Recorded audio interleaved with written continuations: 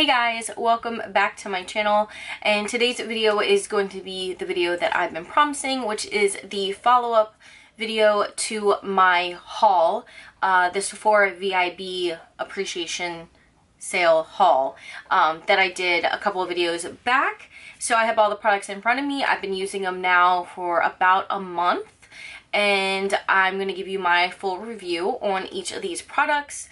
And hopefully the lighting is better in here today. I kind of moved things around. It's actually sunny and not raining today, so I'm hoping that it's better. But it's later in the evening, the sun is setting, so I'm a little worried I'm going to run out of time. So hopefully this video won't be too long. It's late, I'm tired, I got my, third cup of coffee. So if you want to see my review and a follow-up to my haul, then just keep watching. Alright, some of these products I think I mentioned in that video, but I did get it all around the same time. I didn't go back and rewatch it, but I know the majority of the stuff I did talk about in the video, so there might be one or two things that I'm kind of adding in. This one I can't remember if I put it in the video or not, but this is the Natasha Denona Camel palette, and I love this palette. This is actually the first Natasha Denona product that I'm actually like in love with and really thoroughly enjoy. I love all the colors on this. I wear it, this is kind of my everyday palette, like when I just want to throw some quick shadow shades in my eyes or on my eyes and kind of run out the door and get my day going. I really go with this. I really like the packaging too. It looks like simple, but it's actually a really, feels really nice, like a really high quality product, even though it doesn't look like it. But I love these shades. The mattes are just buttery, the shimmers are buttery. They're just pigmented. Like, if this is what everyone was first talking about with Natasha Denona and how great it was, now I understand. The other, like the Sunset palette I had, was not impressed, and there was like the Lila palette, I just wasn't impressed, but this I'm very impressed with. Another palette that I picked up during the sale was the Urban Decay Born to Run palette, which looks like this. I love this palette. There's nothing bad to say about it. Now, I haven't used every single shade in this palette, but I have used quite a bit, and they blend beautifully. They're pigmented. There's nothing bad to say about it. Especially like this color here, this really poppy orange color, is like my favorite. I swear to God, my pump always beeps as soon as I film. It never does any other time. It's so frustrating. But I love this palette. I definitely recommend it. If you're on the fence about getting it, I definitely suggest you get it. I think it is absolutely perfect. Like, there's nothing I would change about this palette. I love it. Alright, the next two products, I know I talked about one of them in the last video, but I got the other one around the same time, so I'm just going to talk about it too. But Laura Mercier did send me both of these products, but they sent me their Matte Radiance Baked Bronzer and then their highlighter, and I have been loving both of these. This bronzer is just heaven. Like, it looks so natural on the skin. Mine is in shade, what shade is this? 02. Mine's in shade 02, which is perfect for my fairer skin. Now, when I self-tan, this is a little bit too light for me, but as of right now, with my fairness, it's perfect. And then I talked about this highlighter before. I think I did put it in my favorites. It's just a beautiful highlighter, and I love like the inlay of it. It's just so pretty, and I always want to do swatches, but then there's already like leftover swatches from earlier. But this is what it looks like. It's just really pretty, light, champagne-y gold highlight. It's perfect for my fair skin. You can really layer it up and get a very intense highlight, or just kind of sheer it out and get like this really pretty lit from within glow. So I definitely recommend that. And back to eyeshadow palette, the Jaclyn Hill Vault Collection from Morphe. I have been, I just ripped the box. Good job. I have been testing this out. I still want to test it out some more before I give like my complete final thoughts, because there is, you know, 4 separate palettes in here. I am wearing Armed and Gorgeous on my eyes today, and I love it. Let me find it. I can definitely say the palettes that I have used, I haven't had an issue with. This is the palette that I have on today, and I know a lot of people were having issues with this green. I didn't. I have that on my outer V, and it was very pigmented. It blended out very nicely. It didn't muddy up.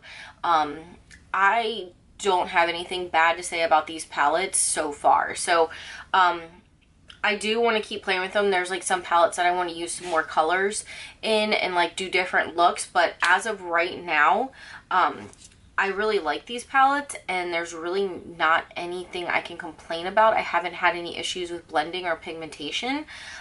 So as of right now, I do recommend it. Okay, I did tell you guys, I think the last video, that I have been testing out multiple foundations, and some I like, some not so much.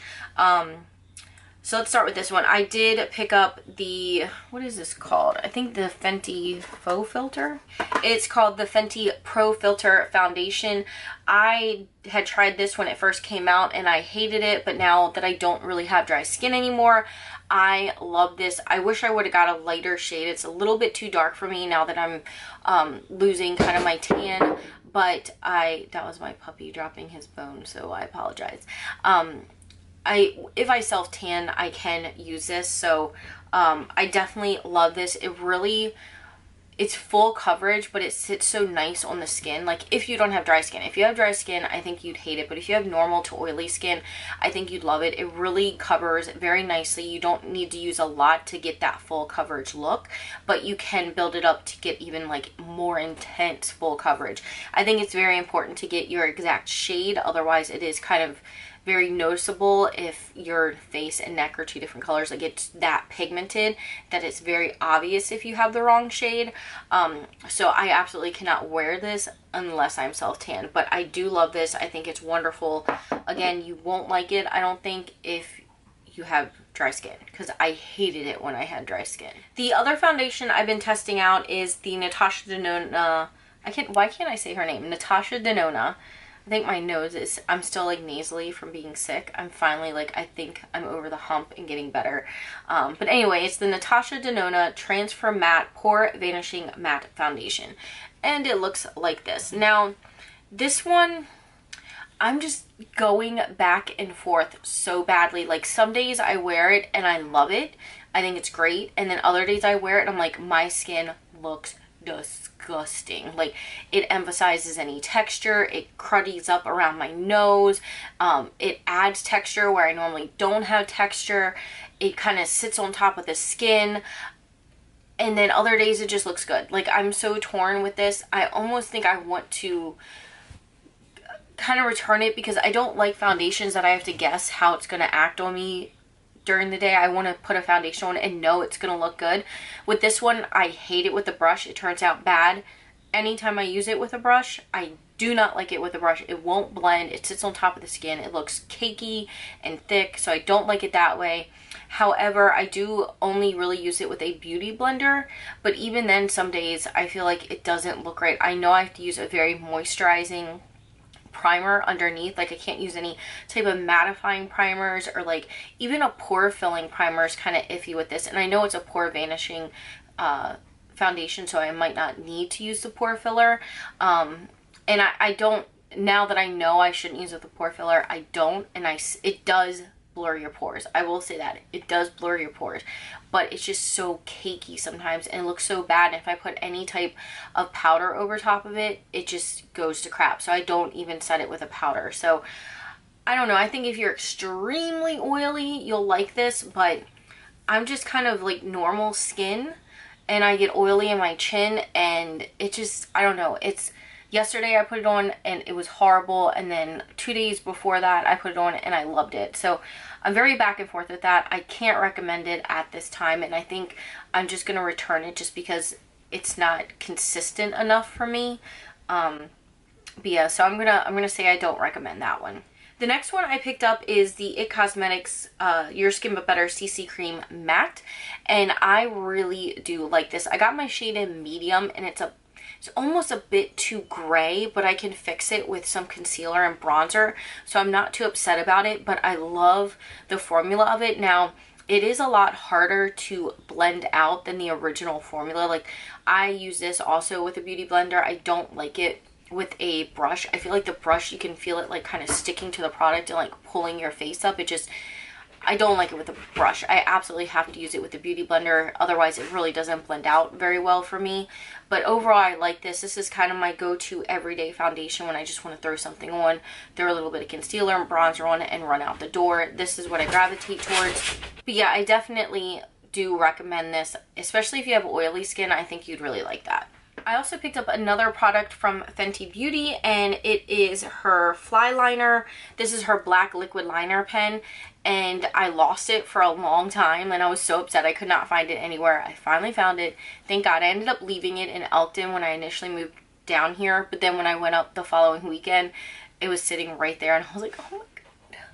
I really thought like I lost it, but I love this. This is so black, like, and the tip is so fine. That's what it looks like, and as you can see, the tip is a very fine tip. It's really easy to get like right in that inner corner. I have hooded lids, so sometimes getting in the inner corner is like really tough. I have to like bend my head back, but flicking the wing is so easy. I love this. It lasts all day. It doesn't crumble off like some other liner pens. However, my only complaint with this is that it's not matte. If they could make this matte, this would literally take over every other liquid pencil or pen that I used. Like, please make this matte. It's just, it's dark, it's black, but there's still that sheen to it, and I hate it. So I always try to set it with like a matte black eyeshadow, because I hate any type of gloss or like reflection on my eyeliner. I love like black matte eyeliner. It's why I love the Inglot gel liner so much, but sometimes that takes a lot longer to do, and this is so much quicker, so I like pens for that. And the last product is the Bite Beauty, what is this called? Something Press? French Press, that's what it's called. The Bite Beauty French Press Lip Gloss in Flat White. I'm wearing it today. I love this. Oh my God, it smells like coffee, which is my all-time favorite scent in the entire world is coffee. Like, oh my God, it smells so good. It always makes me want to drink coffee. But it's just a beautiful nude, light nude gloss. I definitely want to get more.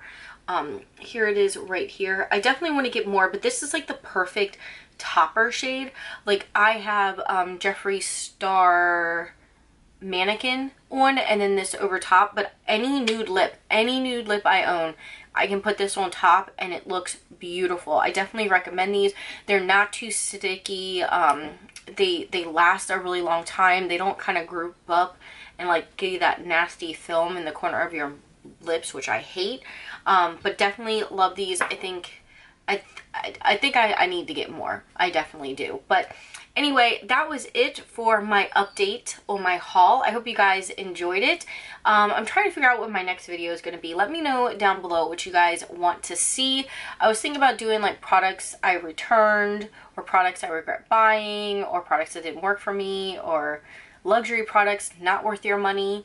Something like that along those lines. So let me know down below. I am doing an anti-haul soon, because there's so much coming out that I just am not interested in, and I'm like, why are you even coming out with that? But anyway, I love you guys, and I'm trying not to cough and it's killing me, but I love you guys and I miss you, and I hope I can get back to a better filming schedule soon.